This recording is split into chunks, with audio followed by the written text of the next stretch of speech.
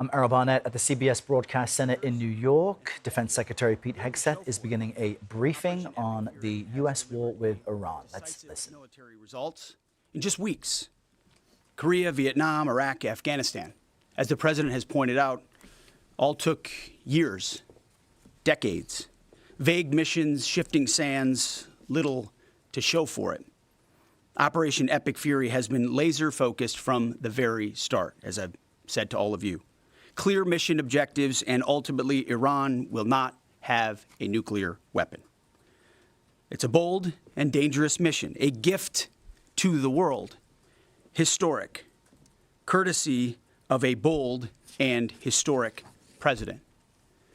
That mission continues today in this new phase as Iran has an important choice, a chance to make a deal, a good deal, a wise deal. As part of that effort, the United States has imposed an ironclad blockade that grows more powerful by the day. From the Gulf of Oman to the open oceans, our Navy is enforcing this blockade without hesitation or apology. Now, as usual, there's a lot of false information out there. I'll say this, every ship that the U.S. believes meets our criteria, either Iranian ships or to and from Iranian ports, has been turned around. As of this morning, 34 total. Non-Iranian vessels are allowed to transit, and many have, including overnight.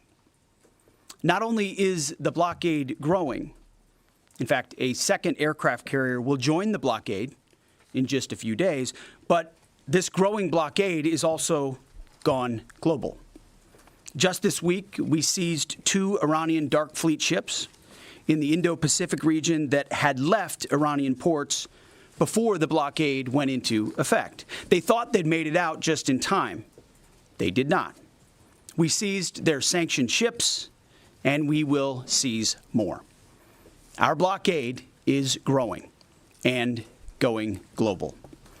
America's military is unmatched, projecting power, denying passage to adversaries, and protecting our interest at the time and place of our choosing.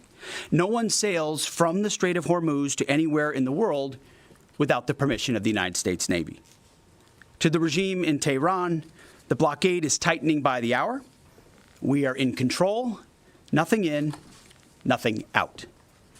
Iran's battered military, the IRGC specifically, has been reduced to a gang of pirates with a flag. They cloak their aggression in slogans, but the world now sees them for what they are, criminals on the high seas. They don't control anything. They're acting like pirates, acting like terrorists. They're the ones who lay indiscriminate mines, who shoot at random ships, who killed 45,000 of their own people, innocent protesters in the course of weeks. Their own people. They are the bad actors. The vessels that the Iranians seized in recent days, a couple of them, they're not American ships. They're not Israeli ships. They're just random ships that where they drove their little speedboats up to and shot at those ships with AK-47s. Anyone with a speedboat, a gun, and the wrong intentions can do that. They know that we, the United States of America, control the flow of global shipping, and we know that they know. Their real Navy is at the bottom of the Arabian Gulf. It's worth saying again, for 47 years, Iran has been at war with America, killing our citizens, our soldiers, and our allies, while previous administrations looked the other way.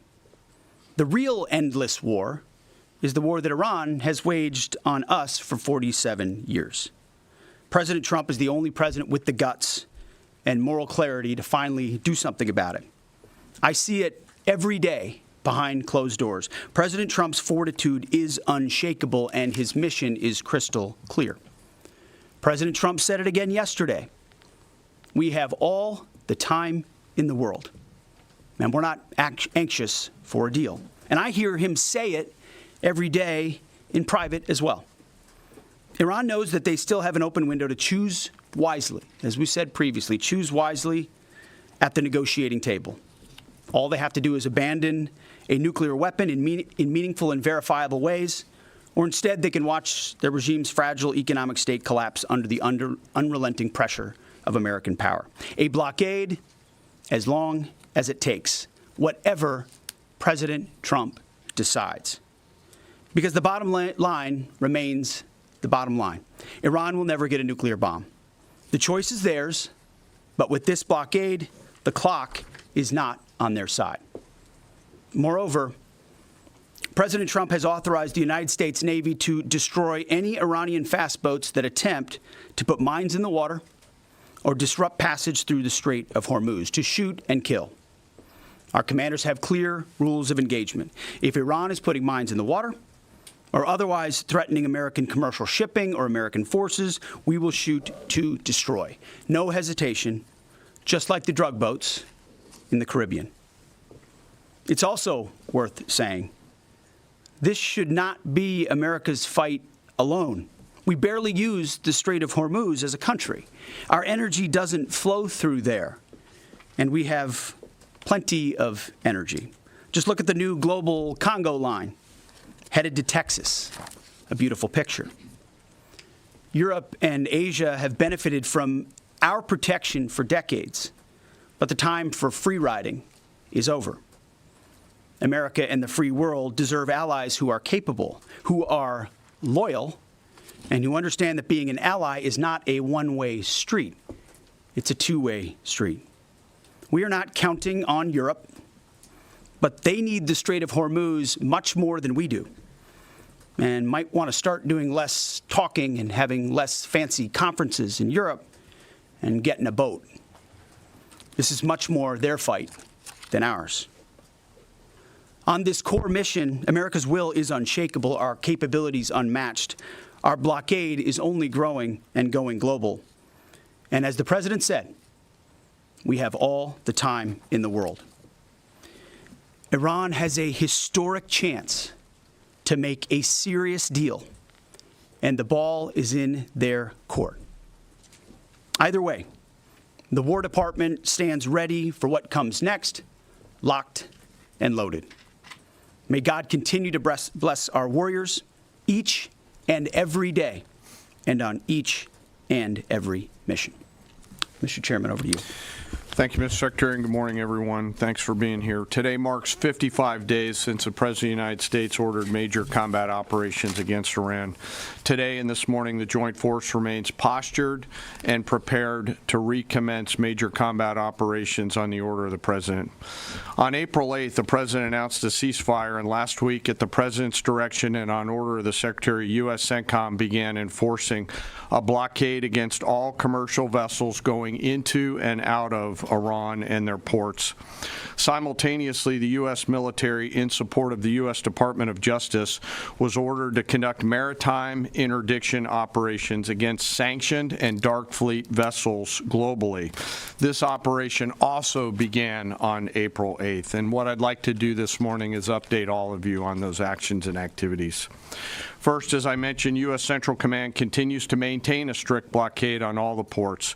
We're enforcing the blockade across the board against any ship of any nationality that is transiting to or from an Iranian port or territory.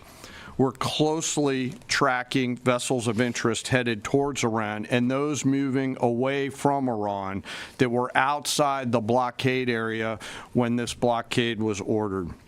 And as everyone saw this past weekend, we're prepared and postured to intercept them. As of this morning, 34 ships have met the U.S. blockade and made the wise choice to turn around. One ship did not, and that ship was the motor vessel Tuska. Over several hours this past Sunday, April 19th, the U.S. conducted maritime interdiction operations against the Tuska, whose crew attempted to breach the blockade line. The Tuska is a large container ship, about 965 feet long, or about the same size as a United States Navy aircraft carrier, and over 100 feet wide. The operation began about 4 a.m. Eastern Standard Time when the United States Navy destroyer approached her, and the crew and the vessel ignored warnings. And I've described how the destroyer force is operating in the area prior. Upon intercept and coming within visual range, American forces began to issue several clear and unambiguous warnings and inform the vessel and their crew that they were in a violation of the U.S. blockade and directed the ship to turn around. Over a 6-hour period, the vessel and her crew repeatedly ignored U.S. warnings. And then the U.S. Navy destroyer executed a series of pre-planned, carefully calibrated escalation options, including firing 5 warning shots. The vessel and her crew continued to ignore warnings. And after exhausting all other measures, CENTCOM authorized disabling fire against the Tuska. U.S. sailors warned the crew of the Tuska to abandon the engine room, and at approximately 9 a.m. Eastern Time, the destroyer disabled the Tuska's engine by firing 9 inert rounds from the destroyer's Mark 45 5-inch guns precisely into the engine room and engine space on board the Tuska. Not surprisingly, the vessel then reported issues with their engine, went dead in the water, and began to comply with U.S. directions and orders. At 4 p.m. Eastern Standard Time, CENTCOM ordered United States Marines to seize the ship. Via helicopters, U.S. Marines maneuvered quickly to the disabled ship, boarded her from fast ropes via helicopter infiltration methods, and took custody of the ship. The ship and her crew remain safe in U.S. custody today. Let me now turn to global operations in the Pacific, and I want to highlight that this is a major interagency effort between the United States military, the White House, the Department of Homeland Security, and the Department of Justice. On Monday, April 20th, U.S. Indo-PACOM forces, in support of a Department of Justice request, interdicted the motor tanker Tiffany, which was transporting sanctioned Iranian oil. The Tiffany is a very large crude tanker, VLCC for short, and is also about the size of a U.S. aircraft carrier and capable of transporting approximately 2 million barrels of oil. At approximately 11:30 p.m. Eastern Time, U.S. military forces and law enforcement forces also went to the ship via rotary wing platforms, fast-roped onto her deck, and secured her. After the ship was secured, a U.S. Navy control team embarked aboard the Tiffany, and assumed control of the ship at 4 a.m. Eastern Time on April 21st. A Navy control team is comprised of sailors led by a boarding officer that assumes control of a seized ship in order to secure the crew, the cargo, and the vessel. And disposition of that first vessel is still pending. The next interdiction occurred on Wednesday, this past Wednesday, 22 April, when Indo-PACOM conducted yet another interdiction, again at the request of the U.S. Department of Justice. This time, the stateless motor tanker Majestic X, also known as the Ponix, also in the Indian Ocean. This is again a VLCC, or very large crude tanker. At approximately 11 p.m. Eastern Standard Time, U.S. forces began the interdiction, again using rotary wing assets to get to the ship, got on board, and secured the bridge. Both ships, the Tiffany, the Majestic X, and their crews remain in U.S. custody.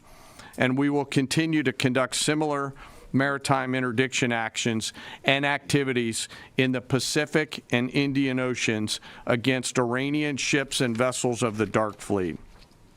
The actions by our service members and our law enforcement partners demonstrate the incredible discipline and dedication and professionalism of our joint force and highlight the global reach of American combat power.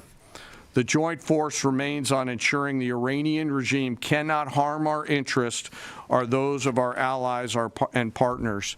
And I'll highlight that Iran has repeatedly sought to offensively and proactively expand the conflict by aggression against its neighbors and its attacks on global shipping through the strait. To date, Iran has attacked 5 merchant vessels, seized 2 of them that were attempting to transit the strait. And these include ships that Iran itself had cleared to proceed. Now, as I always do, I want to honor members of the Joint Force.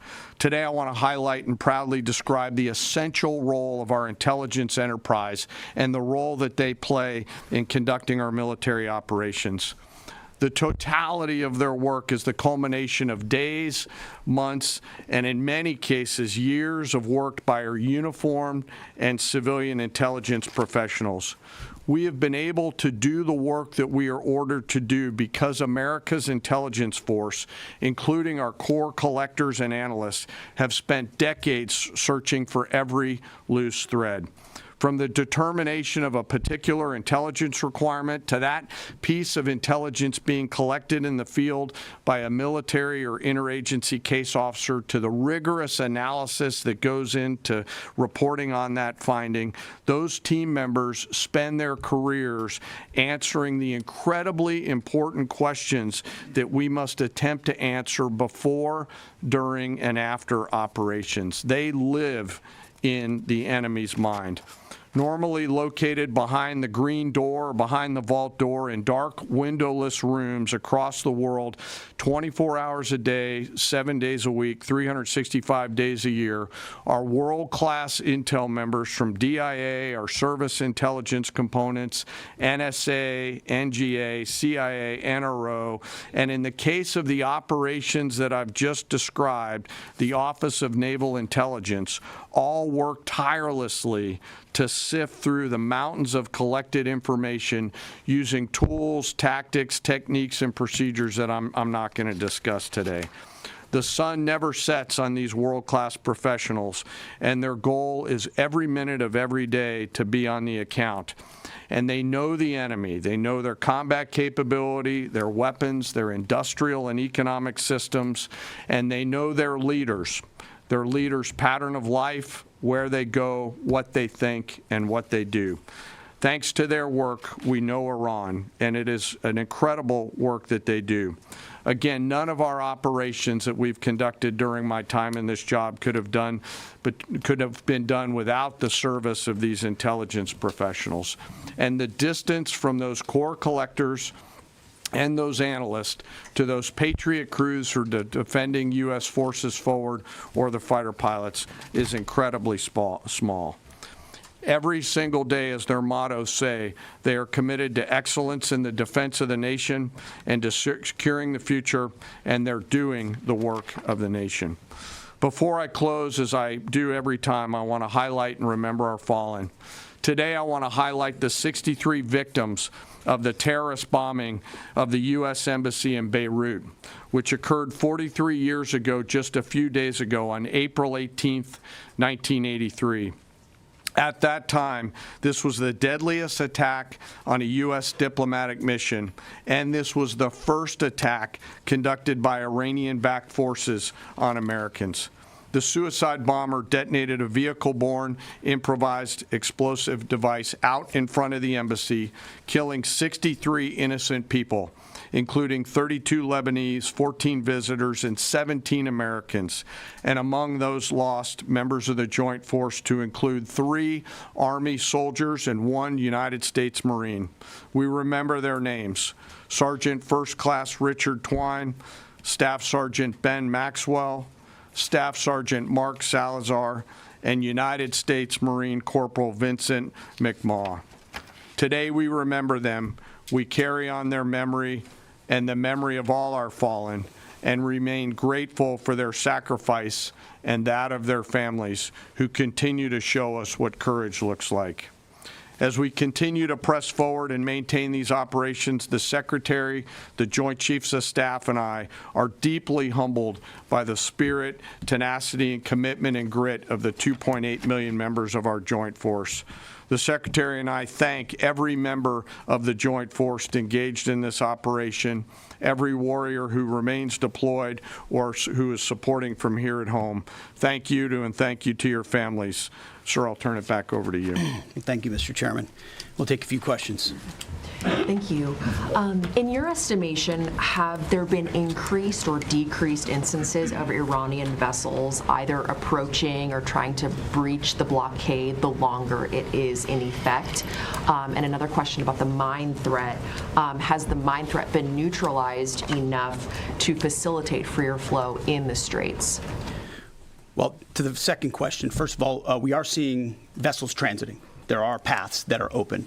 And part of what the president is threatening is ensuring if there's attempts to recklessly and irresponsibly lay more mines, we're going to deal with that. It's a violation of the ceasefire. So transit is occurring, much more limited than anybody would like to see, and with more risk than people would like to see. But that's because Iran is doing irresponsible things with small fast boats, crafts, like I said, with weapons on them. These are commercial ships, in some cases cruise ships that came through being threatened by these. So as far as breaching the blockade, it's been a pretty consistent. There were a number of ships at the beginning. Then you had the interdiction that the chairman described, where we took out the engine room and disabled that ship. I think that sent a very clear sign that this is not a fake blockade. This is a real, full blockade. We'll use up to and including lethal force if necessary. And that stopped, and other ships have taken note of that. So any ships that have attempted, there's been levels of escalation, but none that far, and they've turned around. Absolutely. Yes. Good morning, Mr. Secretary, Mr. Chairman. David Zia, Real America's Voice. To follow up on Alexandra's question, how big are these mine-laying boats? Can they be achieved from fast boats? And I wanted to follow up my last week question about as jet fuel stocks in Europe reportedly are only about 6 weeks left. They get most of their jet fuel from the Gulf. Have any European countries reached out to assist in cordoning off the strait and participating in escorts? I know there's a lot of talks. You saw I would call it a silly conference in Europe last week where they got together and talking about maybe doing something eventually when things are done. Those are not serious efforts yet. We would welcome that. We would welcome a serious European effort to do something about this strait and this passage, considering it's their energy capabilities that are most at stake. I think it's a wake-up call. It's a wake-up call for countries around the world. Either you have capabilities or you don't. Otherwise, you're at the behest of a country like Iran, and the only country that can do something about it is the United States military. Do you want to talk about the mines and the small crafts? They have a variety of smaller Boston whaler-sized boats. We have forces up there deterring and preventing them from continuing to do that, and we'll continue to do so pursuant to the orders of the Secretary and the President. But reckless mining like that is a violation of the ceasefire. To do that. And very unwise to do. Absolutely. Jerry. Thank you. Pope Leo has made some strident comments about the war in Iran, and the U.S. Conference of Catholic Bishops recently put out a statement suggesting that the war does not fit the requirements of just war theory. And I wondered if the Pentagon had thought about this war against the terrorist regime in Iran in terms of the framework of a just war, and if either one of you could talk about that. And then just my second question would be, the Pentagon recently, this week, gave well-deserved award upgrades to the members of Gulf Company 2-1 Marines who served at Caine and Abbey Gate during the withdrawal and evacuation. I wonder if you Mr. Secretary, could speak a little bit about that and maybe give us a little bit more in terms of what to expect from this Afghanistan review in terms of further proper recognition and proper accountability. On the first question, Pope's going to do his thing. That's fine. We know what our mission is. We know what authority we have. We're very clear about that. We follow that. The orders of the president. We've got lawyers all over the place looking at what we're doing and why we're doing it and giving us every authority necessary under the Constitution and under our laws to execute it. So we feel very confident across the spectrum about what we're doing and why we're doing and the legal justification that we're following in order to do it. You mentioned the Marines at Abbey Gate. And what we've undertaken at this department is a historic Afghanistan review. So we have over the course of months, reviewed what happened leading up to and including the events at Abbey Gate and the disastrous withdrawal in Afghanistan. There's never actually been a full accounting in this department of the decisions that were made. There's been sort of papered over congressional attempts, but never a real deep dive where we brought everybody in to talk about what happened and why it happened. That has happened. That review will come later this summer, and I think you'll find it to be probably the most comprehensive review this department has ever done about a single series of events. And it's because the cascading effect of what Joe Biden did in abandoning that mission the way that he did and that disastrous withdrawal had ripple effects for our military, for our country, and for the world. That's why reestablishing deterrence is one of the core pillars of what we've been doing at the War Department, is because the world looked at that disaster and made choices. Vladimir Putin made choices. Hamas made choices and saw that America wouldn't do anything about it. Houthis shot at ships. They made choices because Joe Biden and his administration were seen as feckless and weak. And that withdrawal was a part of what the world saw, people hanging to planes as we fled. That deserves a full accounting, which is exactly what we're doing. Sean Parnell, our chief spokesman, one of my senior advisors, has been leading that effort, getting to the bottom of it. And one of the revelations was that those Marines at Abbey Gate who showed courage, who were out there exposed, knew there was a threat, nebulous mission, the only gate that's open, did not receive the kind of proper recognition they should have for their heroism. So one of the early results of this Afghan review is to ensure they get the due recognition and award they deserve for the heroism and courage they showed at that gate. Despite the bad decisions of this building and that administration, those Marines acted heroically, and we're going to recognize them for that. Jerry, thank you. Yeah, right here. Thank you. Michael Casey with O'Keefe Media Group. Earlier this week, James O'Keefe published a story on Department of Army Nuclear Chief Andrew Hugg, who revealed top secret national security information to a stranger he met on a dating app. Will you defer Mr. Hugg for termination and prosecution? Yeah, he won't work here anymore. And given the revelations, It's an easy one. will any changes be made to the current anti-espionage training for all Department of War employees now, given this? Well, we're always on the lookout for CI threats, any internal threats, anyone talking out of school about things they should not. We take leaking very seriously here, informally or formally, which is why some of the reporting done by some of the people in here is incredibly problematic. They're willing to publish things based on classified information that would potentially harm those in harm's way. And we think them doing so is incredibly irresponsible and unpatriotic.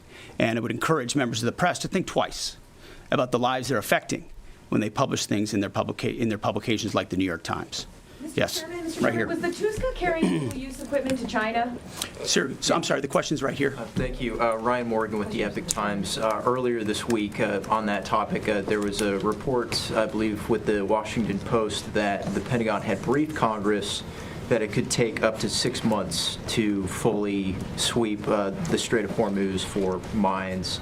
I was wondering if you could comment a little bit more on the specifics of the timeline, the range of time that it could take, and then just a general idea of how many mines have been placed. We would not speculate on a timeline. I saw that report. It was based on, again, another leak from a closed-door session, which was supposed to be classified, and apparently, allegedly, that was something that was said about we feel confident in our ability in the correct period of time to clear any mines that we identify. And would encourage other countries to be a part of such an effort as well. But we're tracking that very closely. Mr. Chairman, do you want to add anything to that? No, sir. I think Okay. you covered it. Right here, new members of our press corps here. Jacob Wasserman with TMZ DC. We have two questions. I'm going to ask the first. My colleague will ask the second. You know, I've heard you talk a lot about bombing. We'll see. Sorry? We'll see. Okay. I've heard you talk a lot about bombing people and places. And when you give these orders to carry out this extreme level of violence, what's going through your mind and your body? Do you have like an adrenaline rush? Are you scared? Do you feel like you're on a power trip? Just walk us through and paint us a picture of what it feels like mentally and physically. It's a very TMZ question. My only thought process is to ensure that our warfighters have everything they need to be successful, defeat and destroy the enemy, and they come home. I want them to feel empowered, to have every authority they need within our rules and within our law to bring maximum violence to the enemy. Because war is violent, war requires doing difficult things, but I want our people to feel empowered, so it's our guys that come home and their guys that do not. Sure, I'll give you one chance. Charlie Cotton from Team ZDC. You changed the Department of Defense to the Department of War. Would you consider changing the name again to the Department of Peace, since that's what we're all after? Well, that's the pursuit. It's a great question, actually. You go from defense to war because you want to be proactive about peace through strength. And really, I gave a speech in front of generals about what the ethos of the War Department is all about, because I wanted to go through every echelon of this department. It means something. It's not just words. And when you fight a war the right way, the idea is on the other side you bring about peace. That is what we'd like to see the most. In fact, I once did a video about the one institution that should win the Nobel Peace Prize every single year is the United States military, because we are the guarantor of the safety and security, not just of our country, but of a lot of people in this world. Last question. Yes, sir. Thank you very much, Mr. Secretary. I do appreciate your time. Since February 28, 725 drones and missiles have hit the Kurdistan region as your loyal ally, killing 22 people and injuring 100 others. Even after the ceasefire, Mr. Secretary, 20 more attacks were carried out. My question is, does that ceasefire include Iraq and the Kurdistan region? And really, what is your clear policy toward proxies? Why I am asking this question?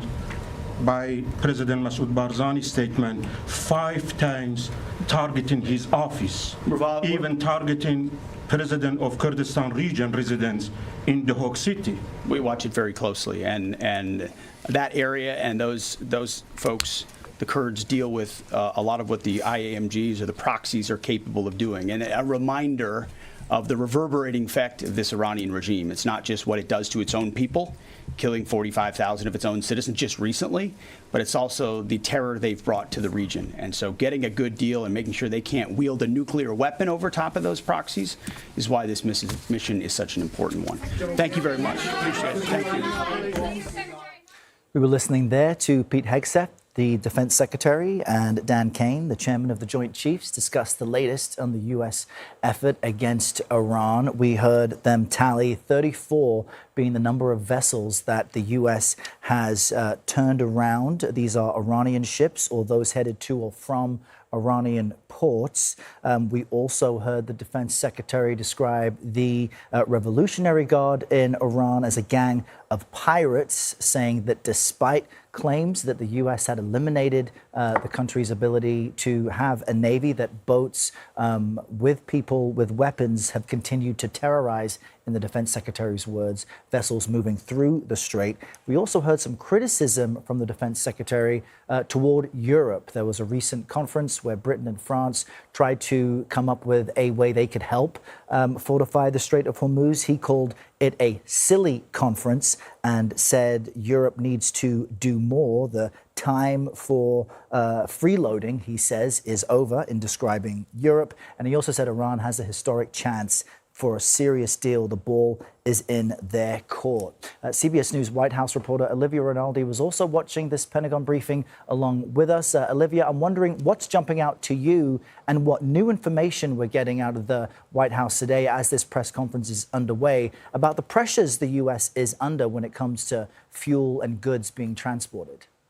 Yeah, good morning, Errol. Good to see you again. A couple things jumped out to me. First, Secretary Hegseth, when talking about the blockade, said that it is going to be growing. He said that in the coming days, there's going to be another aircraft carrier that is going to arrive in the region to help enforce the blockade. He said that will make 2 aircraft carriers that will be enforcing that. And of course, we know that there are 3 in the region now, and that's the first time in decades that there have been 3 aircraft carriers deployed to a region on a mission like this. So U.S. forces in the region certainly growing. He also said that blockade is growing, and he said it's going global. He said it's tightening by the hour near the Strait of Hormuz. We know they're in the Gulf of Oman. But he says they're starting to look elsewhere, including in the Pacific, where they saw 2 ships be interdicted. They say those 2 ships were carrying sanctioned Iranian oil. So not only are they focused on that region there in the Gulf, but they're also looking to the Indian Ocean and the Pacific Ocean, where they are reserving the right to interdict and even board some of those ships there. So that was quite notable. On the future of the war, Secretary Hegseth said at one point that President Trump said again, we have all the time in the world and we are not anxious for a deal. That stuck out to me because, of course, as we have spoken about before, the president said that this conflict would take 4 to 6 weeks. We are now in the 8th week. There are hope for negotiations, but the president seems to be saying that he's in no rush to make a deal, meaning this could take much, much longer. On those negotiations, though, I do want to point out, we did get some new reporting a short while ago that the Iranian foreign minister is actually headed to Islamabad. If you'll remember, these talks fell apart last weekend. Earlier this week, they were supposed to happen. Everything kept getting pushed back, pushed back. The vice president was supposed to go. He didn't end up going because the Iranians were not going to show up because of the blockade that was in place. We now know from the Pakistanis that the Iranian foreign minister is actually expected to arrive in Islamabad tonight with a small delegation. This is after several rounds of negotiations with the Pakistanis, who have been acting as a mediator in this conflict, and they're hoping that the U.S. comes to the table. We have asked the White House if there are plans for a delegation to go. Errol, we have not heard back yet, but we will update you when we do. And that one other line, Olivia, on apparently the administration expected to extend the Jones Act waiver. This is something that allows or eases requirements that goods transported between U.S. ports are carried on American-built, American crewed vessels. We know the U.S. is under a resource and energy pinch because of the blockade on the Strait of Hormuz. Why is that significant?